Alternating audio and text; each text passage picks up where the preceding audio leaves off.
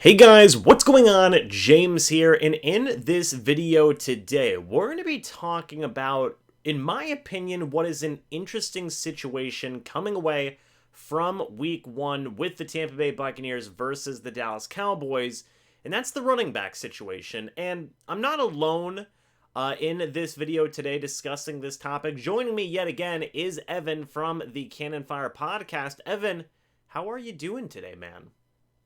I am doing just fine, James. Thank you for having me on yet again. Seems like I've been on a bunch, but I love doing it. So thank you for having me on and appreciate it to be on here right now. Absolutely. And if you guys are new here, by the way, go ahead and subscribe. Hit the like button if you do enjoy these types of videos. Leave your thoughts about the Buccaneers running back situation in the comments section down below. And while you're there, go ahead and click on the link that'll take you to the Cannon Fire Podcast YouTube page and go ahead and subscribe to them. But Evan, to be honest with you, I've got a little bit of a bone to pick here with this running back situation right now with the Tampa Bay Buccaneers coming out of week one. I feel confused and a little frustrated, okay? And this is, Bruce Arians had a press conference the day after the game. This is being recorded the day after that, so 2 days after the game. And I don't feel better based on some of the quotes that Bruce Arians gave. But let's talk about what happened in the game with the running back position that had me initially frustrated, right?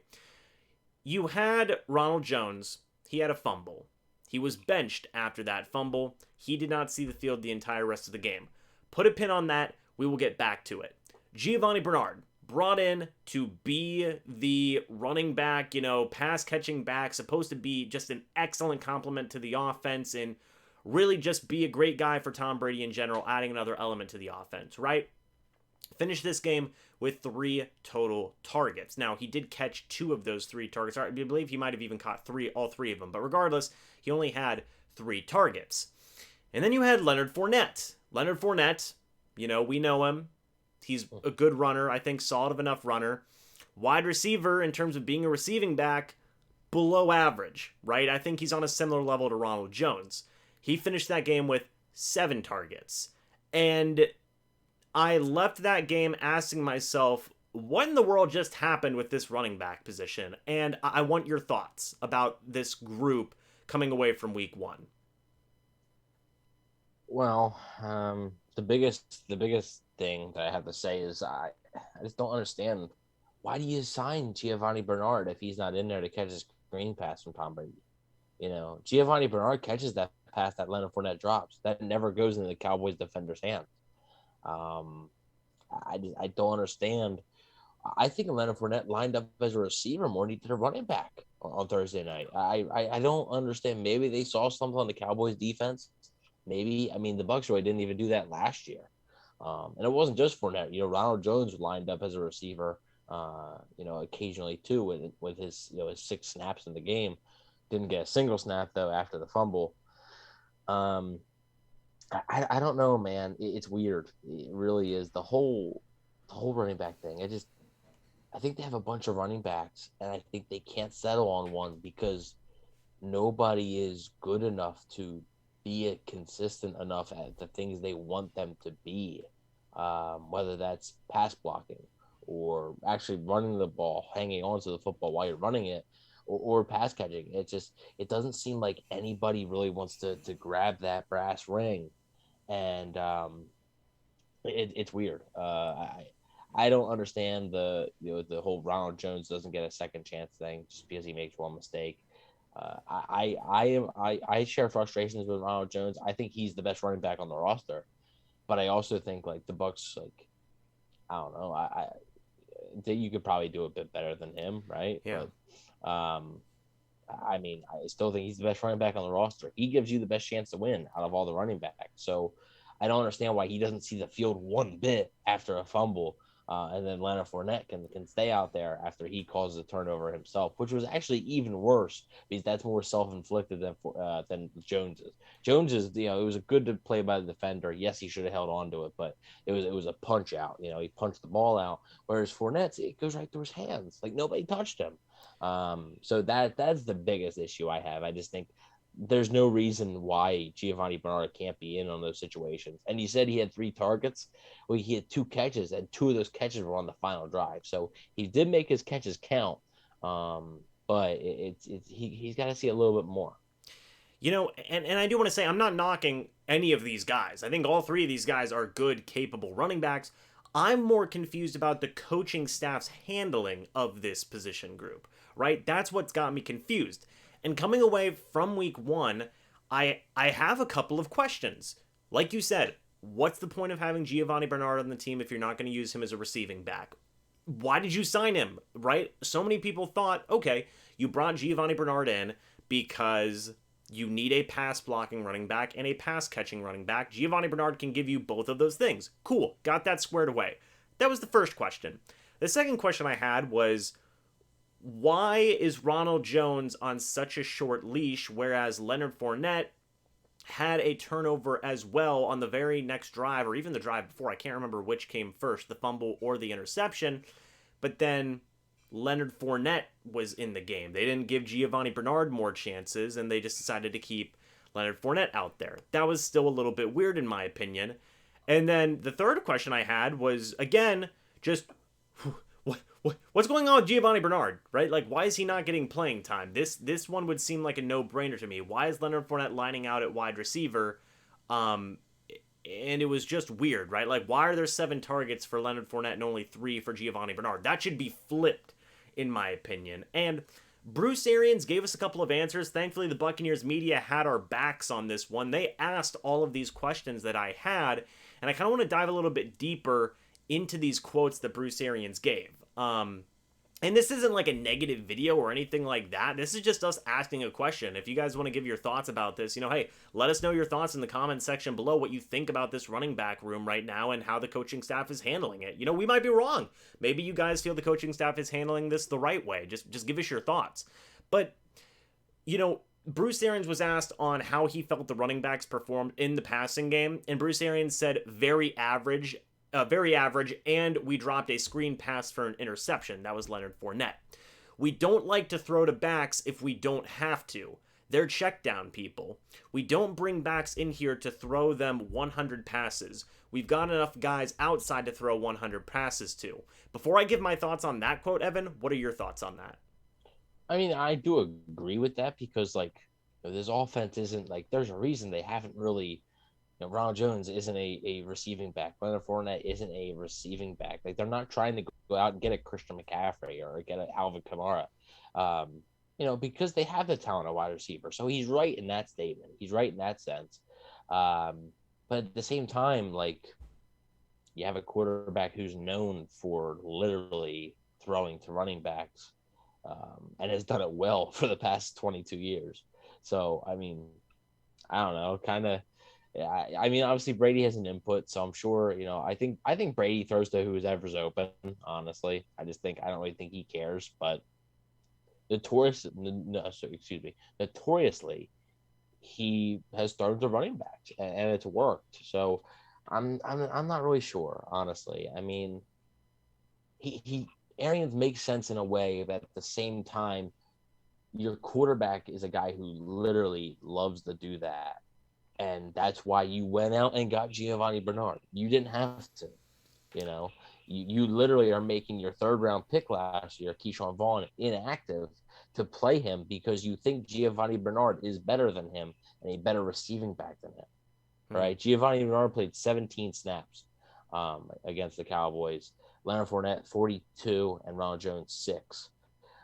Giovani Bernard, I believe, I don't know if Giovani Bernard came out on that last drive. So how many plays were on that last drive? Probably 6 or 7, and he played 17 the entire game. So that's not a whole lot. And I mean, we'll get into it, but he said, I don't know. It kind of contradicts itself because like I said, you have to understand you have the quarterback who is doing that, but he's also saying that, we're not going to throw it back, so we don't have to. Well, your quarterback likes to, so. Here's the thing for me with this, right? Because I did the math. I did 2 math equations here. I added Leonard Fournette and Giovani Bernard's targets in that game. You get 10 targets to the running backs. That's the second most out of anybody on the team for that game. That was more than Gronkowski, 4 less than Chris Godwin. So, You know, if they do that 10 more times in a season, they're already at 100 targets. But I even looked last year and saw, okay, how many passes were thrown to running backs? I want you to guess, Evan. How many passes were thrown to running backs last year? Last season. Mm-hmm. So the entire season, it's well over 100. 118.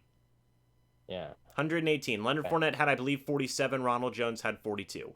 So, yes, Bruce. I'm not like sitting like, look, I'm not trying to be overly negative here after one game, right? But this is worth talking about. This is worth discussing because, like you said, it's like double speak here almost. You know, it's like, well, you know, we're not going to throw him 100 passes. Well, you do, because that's what Tom Brady likes to do, and he just threw him 10 passes in one game.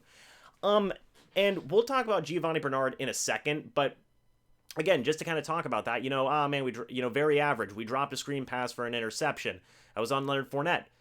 Why didn't you put Giovani Bernard in at that point then if you felt that they played very average? That's what's confusing to me, and I don't know who makes that decision. You know, that's a designed, you know, that's not just a check down. That's a designed pass to the running back. Right. So if it's a design pass to the running back, why do you not have your pass catching running back in there?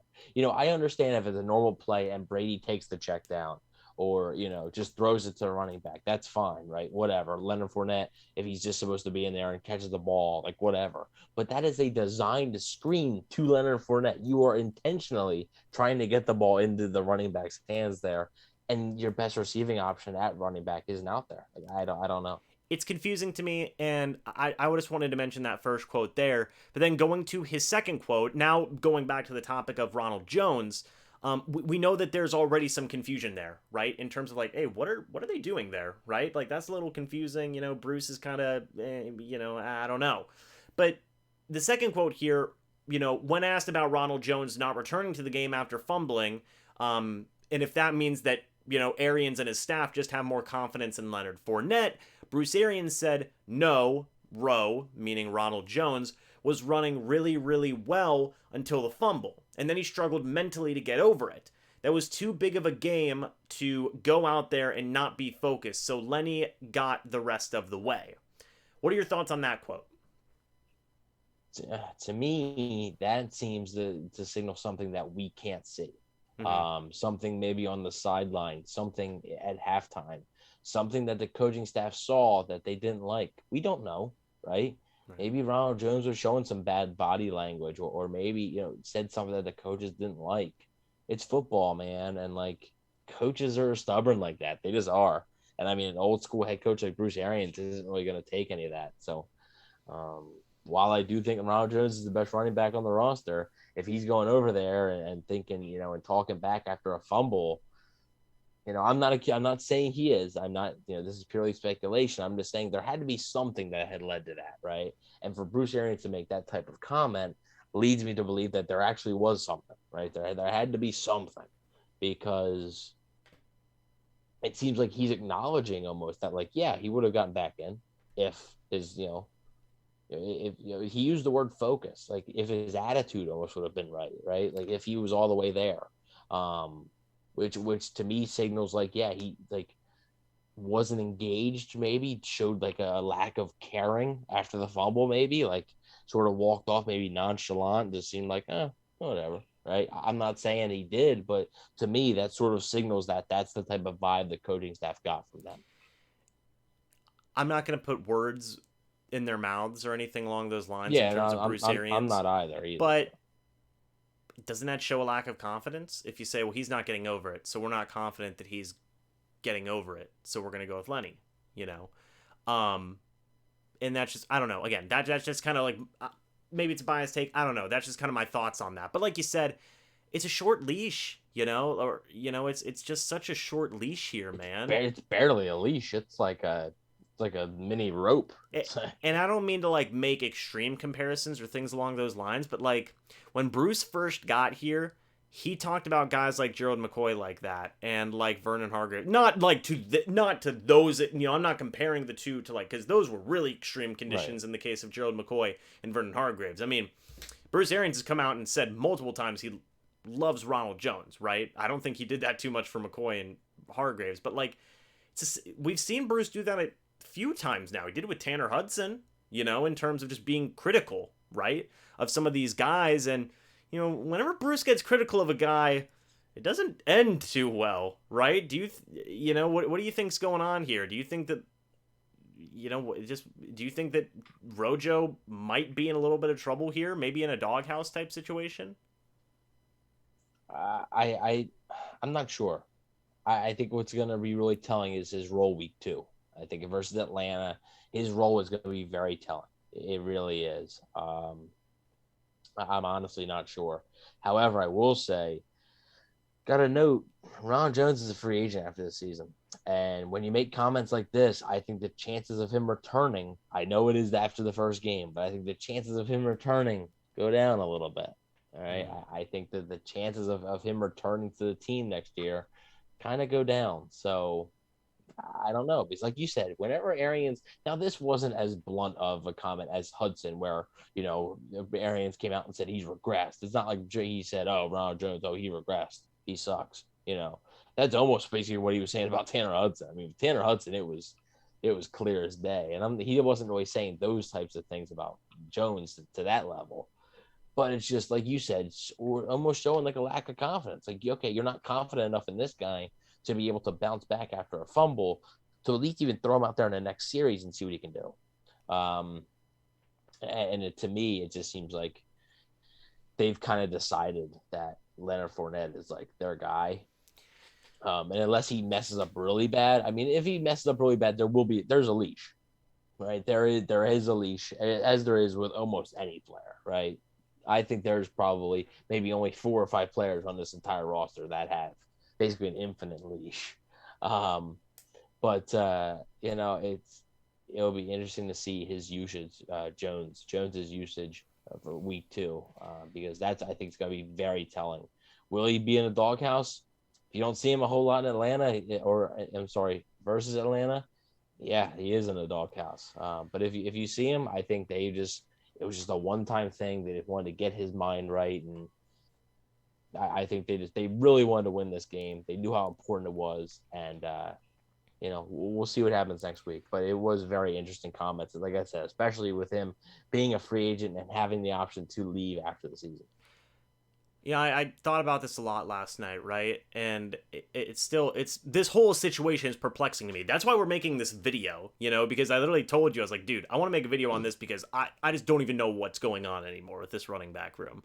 And nobody does. No, and it was weird that comments like this were made. It can't be good for Ronald Jones, right? It can't help his, he struggled mentally to get over it. Well, comments like this don't help him, Mm-hmm. Like, comments like this aren't helping the situation. And I thought about it last night, and I thought, like, man, it almost seems like they're trying to think of any excuse. I'm just commenting, I'm just making an analysis here for me. I don't know anything, but, like, it almost seems like they're almost, like, trying to find reasons to get Fournette out there, right? Yeah. Over Ronald Jones, in terms of being a runner and stuff like that. No, I mean, don't get me wrong. The Bucs didn't go out there and tell Ronald Jones to fumble. Like, right. That was Ronald Jones. Ronald Jones made a mistake. Right. Like, he made a mistake. The difference is Leonard Fournette made a mistake too, and he was out there the next series.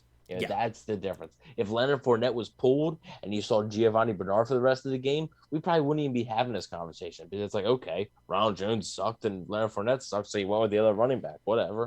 But the fact that Ronald Jones makes one mistake and you don't see him again, and Leonard Fournette makes the same mistake right after Jones does, yet you see him the rest of the game, that's the issue.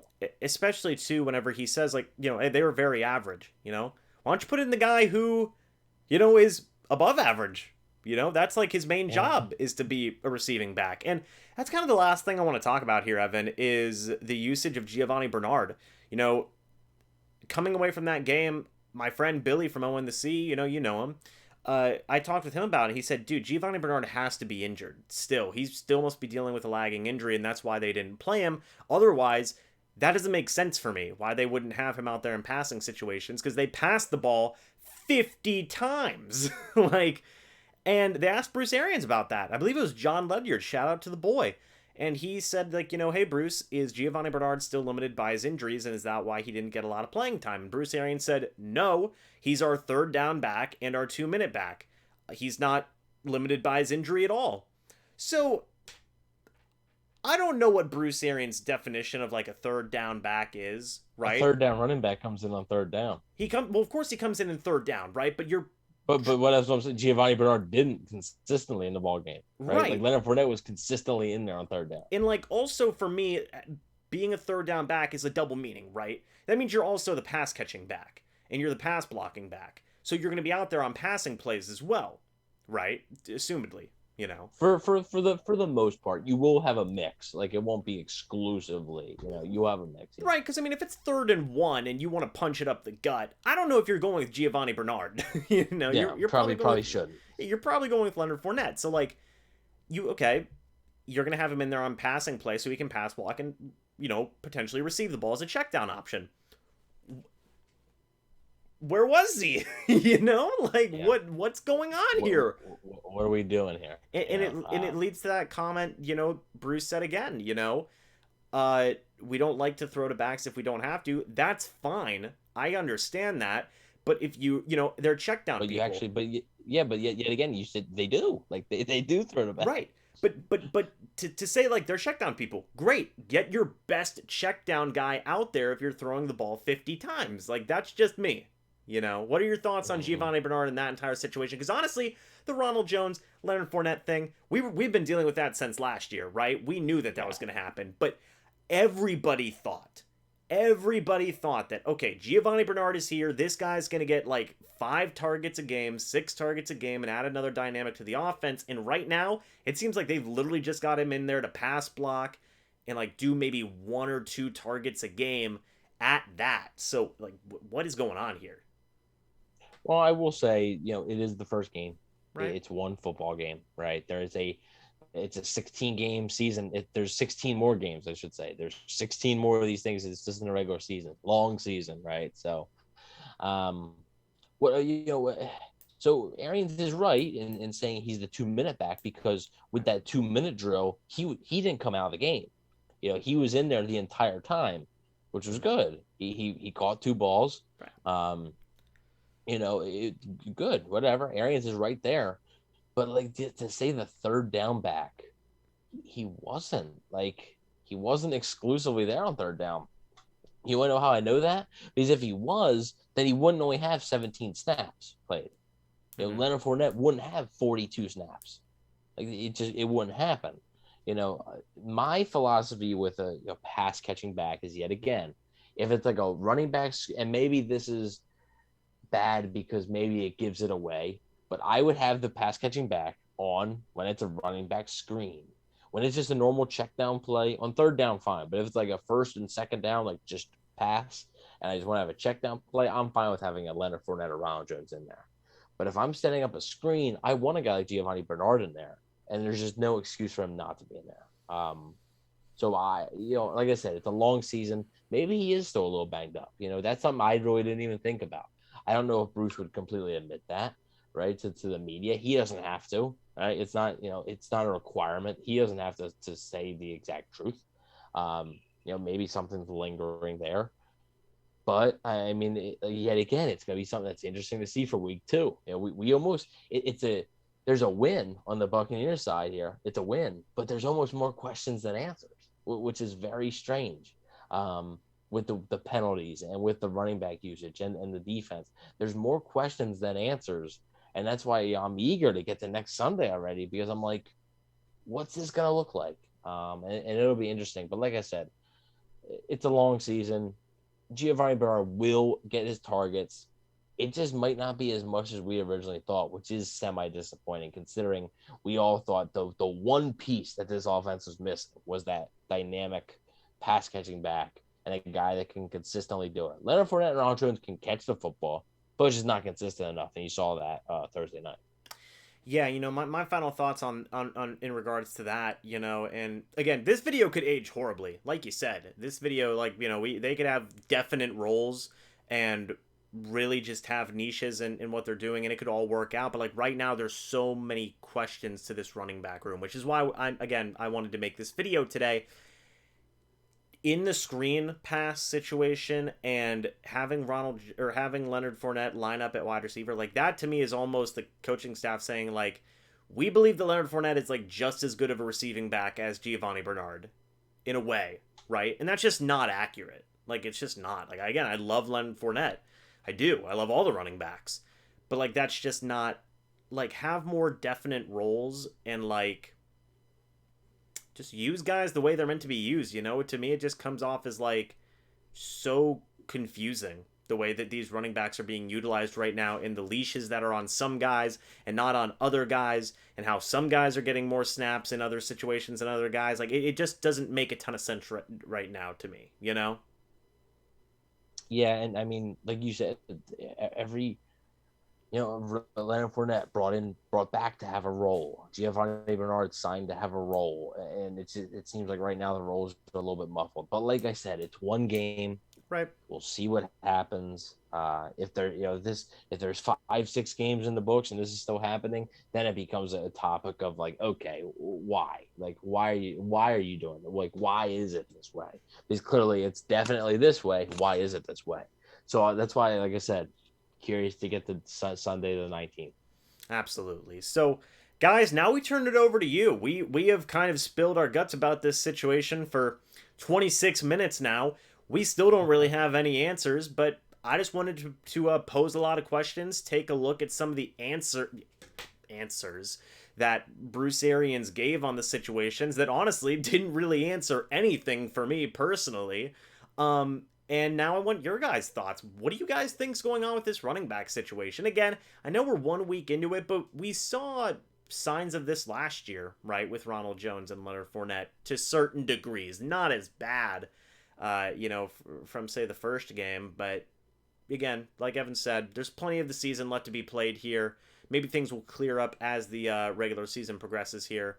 But now we just have to wait and see. But what are your guys' thoughts on the running back situation? Let us know your thoughts down in the comment section down below. Evan, before we go ahead and finish off this video, do you have any final thoughts? Yeah, you can find me and my co-host Barrett from Cannon Fire Podcast YouTube channel. You can also find us anywhere you can listen to a podcast: Spotify, Apple Podcasts, Google Play, and also we will be having a watch party. I know since the season has started, it's going to be coming very fast. It'll be here before you know it. So we're having a watch party November 14th. It'll be the Bucs versus the Washington football team. We are hosting it over our friends at Berry House Brewing Company. And also Wingbox, our friends at Wingbox are catering it with fantastic wings. So be there. It's free to get in. Obviously you have to pay for your drinks and food and stuff, but free entry. Come watch the game, hang out with me, Rhett, James will be there. Come have a good time. You can figure out more information on the Cannon Fire Podcast social medias and the YouTube channel as well. Absolutely. And guys, I'll have that in the pinned comment in the comment section down below. So while you're giving us your thoughts about the running back position group, go ahead and click the link that'll send you over to Cannon Fire Podcast. Subscribe to them. We're trying to get them to 3,000 subscribers, okay? Like, if just like a couple hundred of you do that, we'll get them there. And it'll be awesome. They have something really cool planned. So, like, stay tuned for that because it's going to be amazing. But anyway, guys, thank you so much for watching this video. Hope you all enjoyed, and we will see you all in the next video or the next live stream. But until then, and as always, guys, goodbye for now, and go Bucs.